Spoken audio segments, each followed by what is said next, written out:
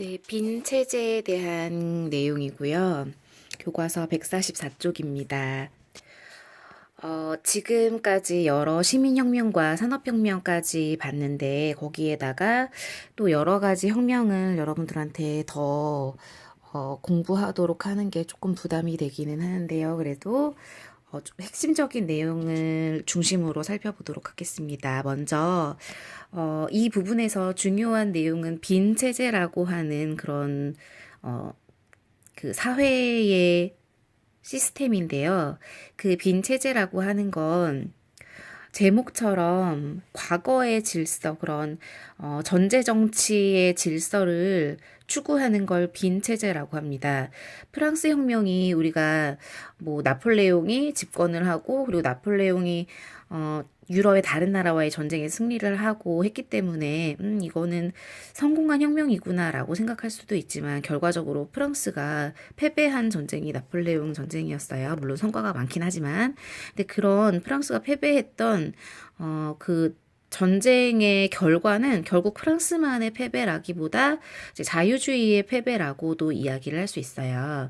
이제 뭐 그래서 자유주의가 영원히 망했다 이런 거는 아니지만 당시로서 볼 때는 자유주의의 패배다. 그래서 유럽의 여러 나라는 이제 어떻게 해야 되느냐에 대해서 이제 선택을 해야 되는데 자유주의 그거 하지 마라고 하는 그런 결정을 하게 됩니다. 두 번째 줄 오스트리아 제상 메테르니 재상이라는 말이나 뭐 이런 말들이 나오면 총리 비슷한 그런 정치인이구나라고 생각하시면 돼요. 메테르니히가 주도했던 오스트리아의 빈에서 열린 그런 회의에서 어, 프랑스 혁명 전후로 영토와 지배권을 되돌리자. 그리고 영토와 지배권뿐만 아니라 질서를 되돌리자라고 했습니다. 그래서 자유주의라든지 그 전에 추구했던 민족주의라든지 그런 것들을 탄압하고자 했던 그런 체제를 빈 체제라고 해요. 이제 유럽 전체가 이런 빈 회의의 결과에 따라서 자유주의와 민족주의 운동을 탄압하고 그 전으로 영토와 여러 가지 제도를 되돌리도록 하자라고 하는 그런 결정을 내리게 됩니다. 빈 체제라고 하고요. 그래서 자유주의와 민족주의 운동이 탄압을 받았던 것이다라고 하는 것이고요. 이제 그런 와중에도 그리스가 독립을 달성하게 되는데 그리스는 누구의 지배를 받고 있었냐면 오스만 투르크라고 해서요. 이제 지금의 터키, 예, 터키가 다른 아프리카라든지 아니면 유럽의 여러 나라를 지배하고 있었던 오스만 제국을 건설했었거든요. 그런데 이제 그 오스만 제국으로부터 독립하게 되었다. 이렇게 그 민족주의와 자유주의가 배격당하는 그런 분위기 속에서도 이제 그런 일이 있었고요. 그러면서 그런 빈 체제라고 하는 게 점차 흔들리기 시작했고 여러분들이 알고 있는 들라크로와의 이런 유명한 작품이 있는데요. 이게 바로 7월 혁명을 표현한 그런 작품입니다. 여러분 레미제라블에서도 혹시 작품을 본 사람들은 네, 이런 이야기를 들은 적이 있을지 모르겠어요. 일단 그런 빈 체제에 따라서 오스트리아에서 결정된 그런 빈 체제에 따라서 프랑스에서도 왕이 다시 돌아오고 전제 정치가 부활하게 되었다. 여기에 나오는 국왕 샤를 10세는 루이 16세의 동생입니다. 굉장히 할아버지가 됐겠죠. 자, 샤를 10세를 샤를 10세가 그래서 다시 돌아와서 욕처럼 느껴지네. 자, 이 사람이 돌아와서 전체 정치가 부활했었으나 샤를 10세를 몰아내고 입헌 군주정을 수립하는데 프랑스 시민들이 성공을 해요. 그걸 7월 혁명이라고 이야기를 하고요. 프랑스 혁명이 예전에 있었었는데 프랑스 혁명 역시 왕을 몰아내고 뭔가 공화정을 실시했었던 그런 혁명이다라고 한다면 7월 혁명 역시 프랑스 혁명 못지않게 자유주의 혁명이라고 이야기를 할 수 있습니다. 입헌군주정이라고 하는 거는 입헌군주제를 이야기하는 거죠. 영국에서 있었던 그런 형태, 왕이 마음대로 하지 못하도록 하는 그런 정치 형태를 수립했는데요. 그런 7월 혁명 이후에도 프랑스의 정치권이 입헌군주정 으로 수립된 정치권이 정치 참여의 기회를 굉장히 제한적으로 주었다. 여기 보면 부유한 시민들에게만 정치 참여의 기회를 주었다라고 하고 있죠. 왜냐하면 이런 혁명을 일으켰던 사람들이 부유한 시민들이었거든요. 그래서 그들에게만 정치 참여의 기회를 주자 시민 노동자들이 선거권 확대를 요구하면서 혁명을 일으켰다. 그걸 2월 혁명이라고 한다. 그래서 공화정이 수립되었다라고 이야기하는 거고요.